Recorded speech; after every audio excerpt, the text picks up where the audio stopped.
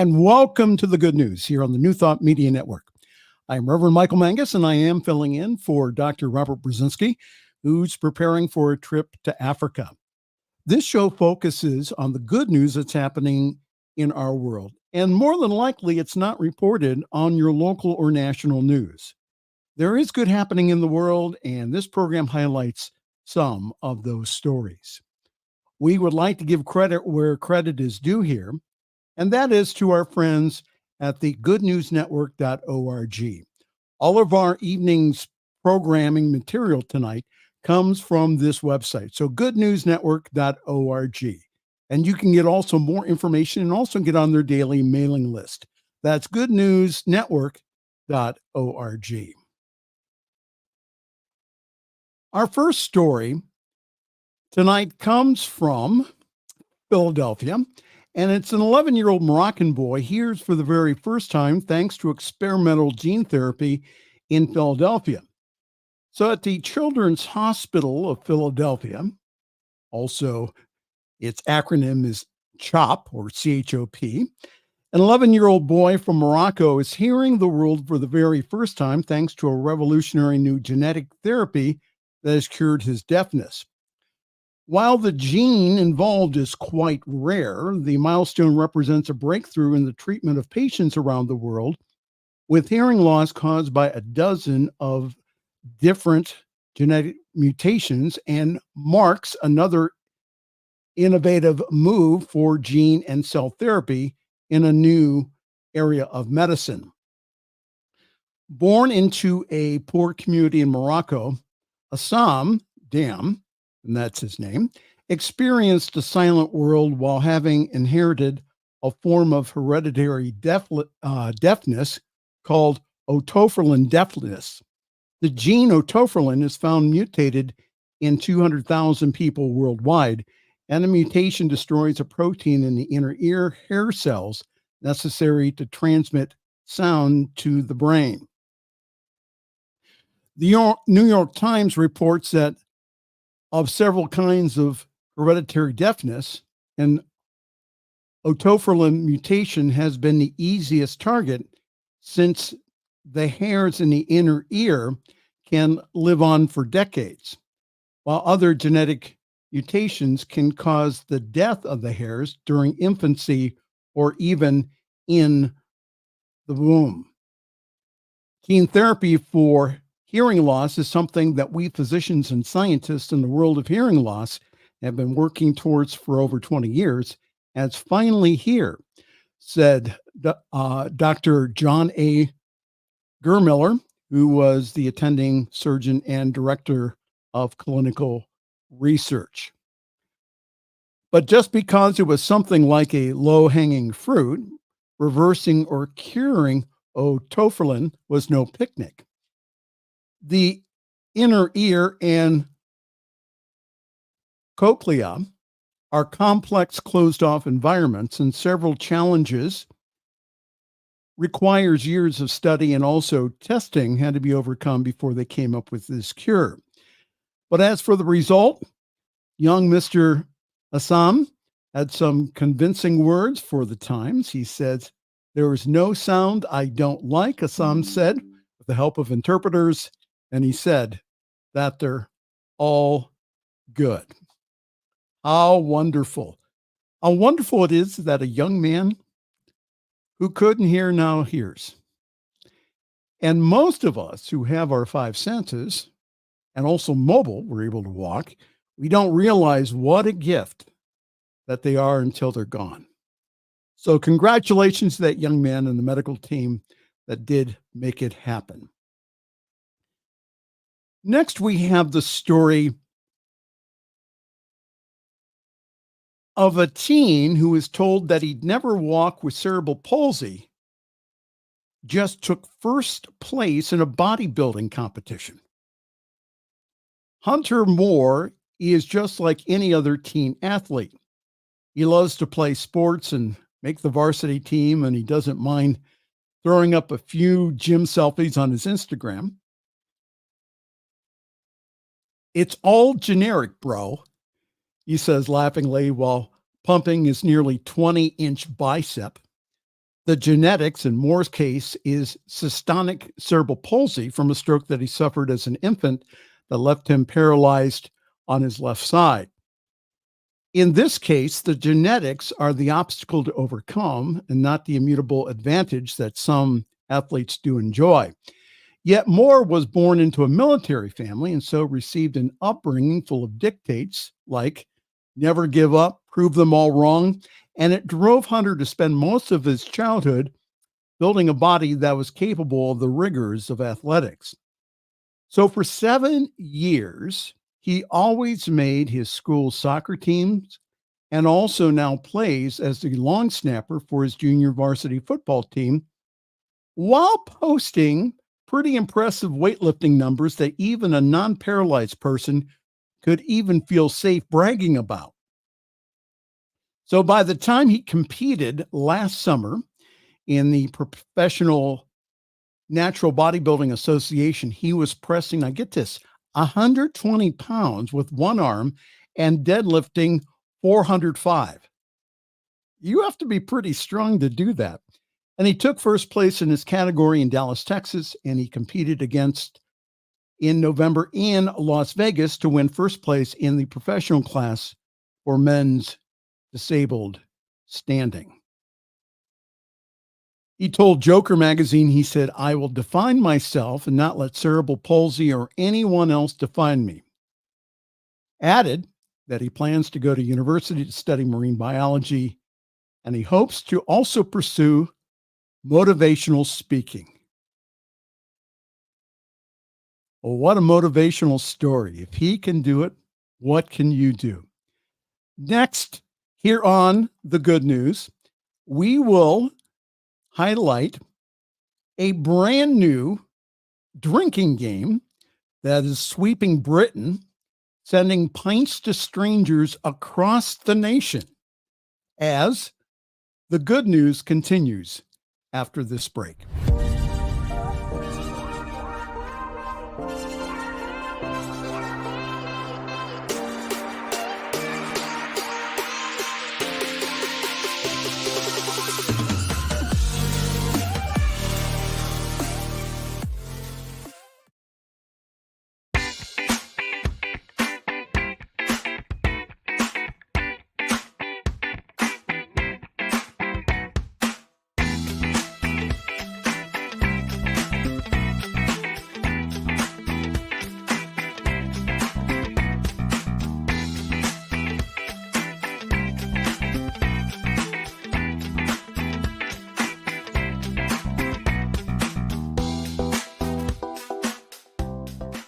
Please help us say thank you to our organizational sponsors, including the Hefferland Foundation, Affiliated New Thought Network, International New Thought Alliance, Science of Mind Archives and Library Foundation, Center for Spiritual Living Denver, Center for Spiritual Living Midtown, New Thought Philadelphia, Planned Happiness Institute, Summit Center for Spiritual Living, One Heart Retreats, Center for Spiritual Living on the Lake, Unity Kitchener, Unity Spiritual Center, Ottawa, Om Center for Spiritual Living, Satya Center, Begin Within Ministries, Center for Spiritual Living North Jersey, Unity of Savannah, and the Center for Spiritual Living Seattle, as well as all of our individual donors. Thank you for being part of the New Thought Media Network. Please like, share, and subscribe. New Thought Media Network, positively inspiring. Well, welcome back to The Good News here on the New Thought Media Network. I am Reverend Michael Mangus. It is no secret that we at the New Thought Media Network, well, we like an adult beverage once in a while. And our news writers in our 24-hour spiritual newsroom found this next story to be very interesting as it puts two things together that we enjoy here at the New Thought Media Network, and that is beer and technology. A new drinking game is sweeping the British nation, and it involves losing money and no drinking.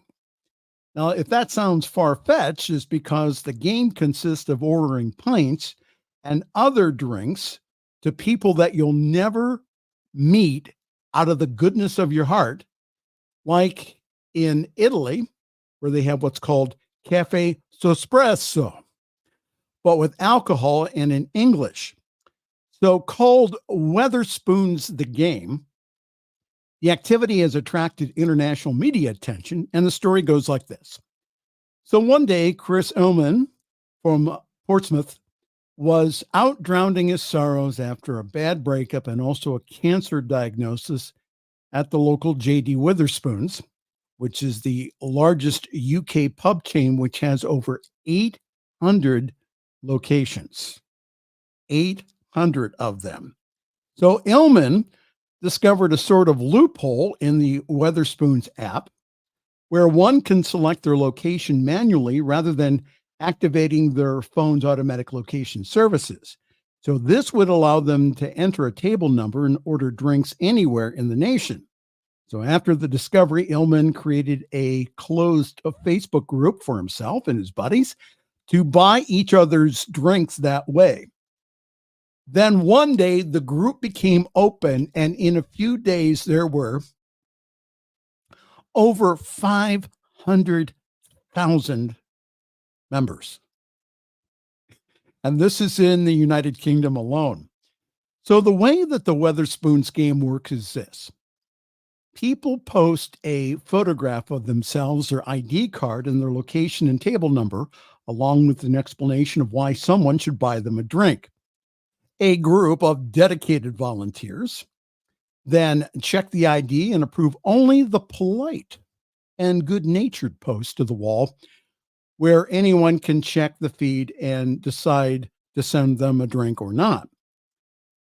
So this is a comment from a group of friends from last night. He says, "Hi, we're 3 overworked and underpaid ICU nurses playing for the first time after a hard day's work.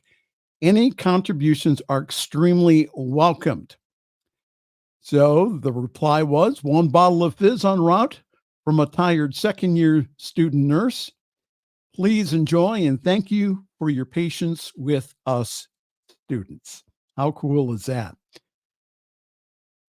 Here's another one. It says, "We're out tonight to cheer ourselves up after an emotional day. My hamster of 3 years sadly died today, and having to bury her in the garden while it was snowing was quite a challenge. My hands were numb and so was my heart," wrote a woman from East London who was sent, among other things, a strawberry daiquiri. So in Italy, since the time of the Second World War, undercaffeinated persons, not me, but undercaffeinated persons coming into a bar might leave a tip in a jar marked cafe sospresso or suspended coffee. Now, the tip was to pay forward a coffee for the next person to come into the bar, as if you were buying a coffee for the whole world, the Italians say. However, cafe sospresso takes place in a bar and not online. So as a result, it can't go viral, but the Weatherspoons game can, and sometimes recipients are doused in so much booze that they end up having to pass the drinks all around the pub just to avoid having to take a taxi home. It's really hard to explain, Illman told the Wall Street Journal. People, it turns out, love sitting on their sofas during nights and in ordering drinks for people enjoying a night out, he says, and very few of them give to receive. What a nice way to share a little kindness in the world. I'll drink to that. You're watching, and now the good news here on the New Thought Media Network. Our next story here is about a Ghanaian woman entrepreneur who is revolutionizing transportation, building electric bikes to improve air quality. A Ghanaian English entrepreneur has designed an electric bike from the ground up that's transforming shortwave transportation in our home country, proving that problem solving in Africa can be done in Africa by Africans. Her company is called Wahoo, Wahu, Wahoo. And they assemble each bike by hand, and they can travel up to 80 miles on a single charge. So this means that a delivery rider for a company like Bolt can comfortably cover a whole day of work without refueling. Isn't that nice? So anyone who visited Accra, Ghana, in the dry season will remember the incredibly poor air quality. Wahoo's bikes help to alleviate all the problems that they have in the country in transportation. And despite her English education, the bikes were designed and manufactured in Accra. So by introducing electric bikes into Ghana's transportation ecosystem, we're not only providing a greener alternative, but also offering speed and convenience. The owner of the company, Lobby, told the Mirror, it says, our bikes are a testament to how service delivery can be seamless and also merge with environmental concerns. Valerie Lobby is a true inspiration. And besides her transportation company, she got her start in the Ghanaian economy and sanitation. She holds a chieftaincy title given to her by a previous chief of a traditional area in the north region of Ghana. She has 3 children. She holds a double major in economics and sustainability from 2 separate universities and has visited 59 countries. According to Lobby, each driver pays around $24 per day in Ghanaian money, per week, about $24 to use the bike, which can travel 24 miles per hour and hold over 300 pounds of weight. The fat tires are supported by double crown front, double spring, and rear suspension. So the bikes are also guaranteed by the company's proprietary anti-theft system of trackers. Only a single bike has been stolen, and it was quickly located and returned to the owner. Hey, have a need and fill it. How about that? We'll be back with more good news here on the New Thought Media Network after these.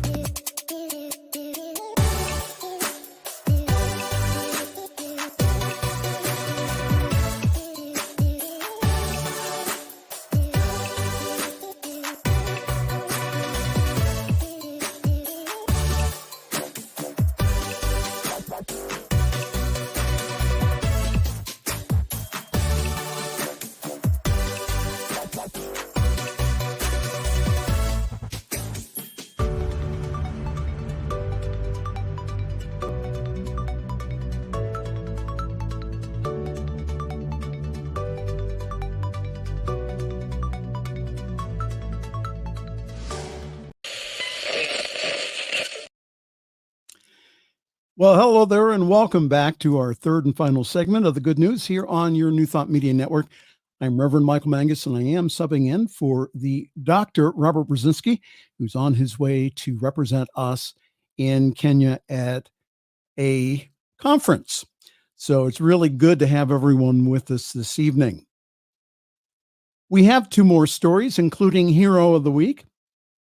An Indian teen invents a gadget to transform dementia care out of concern for his grandmother. An Indian teen who is a self-confessed nerd who loves robotics also loved his grandmother very dearly, and together they led him to create a new invention that could greatly improve the care for Alzheimer's patients. Hamesh was a 12-year-old when one summer evening in 2018, he observed his grandmother going into the kitchen to make tea for herself. When she exited the room, she had left the gas on. And it shocked Hamesh, but it also drove him to convert the hours spent on YouTube learning about robotics into a solution that would help ensure accidents like this could be detected if he weren't there, a question that he found himself asking several times. His grandmother was diagnosed with Alzheimer's the year before and unfortunately in 2023 passed away. By then, Hamesh had invented what's called the Alpha Monitor. It's a badge-like monitoring device that sends out alerts if the person wearing it would wander off or fall. Experts in the field told Hamesh that it couldn't be a watch because patients often take them off if they're heavy or uncomfortable, and it also could not use Bluetooth because it has a very limited range. So even though Hamesh was still in high school, he was determined to get his wearable ready for manufacture. So in 2022, this young man beat out 18,000 entries to win a Samsung-sponsored science fair called Samsung Solve for Tomorrow, in which he pocketed a $120,000 grant and the opportunity to mentor under some of Samsung's most experienced engineers. Hamesh's exams will conclude in March, and it's then that he will throw his full weight of time and effort into getting the Alpha Monitor on the market by September. And after that, he wants to go abroad and continue studying robotics. How wonderful is that? A young man finding a need and then filling it. And again, it doesn't take a genius. It takes individuals who see a need and then say, well, what can I do about it? And now, ladies and gentlemen, it is time for the Hero of the Week.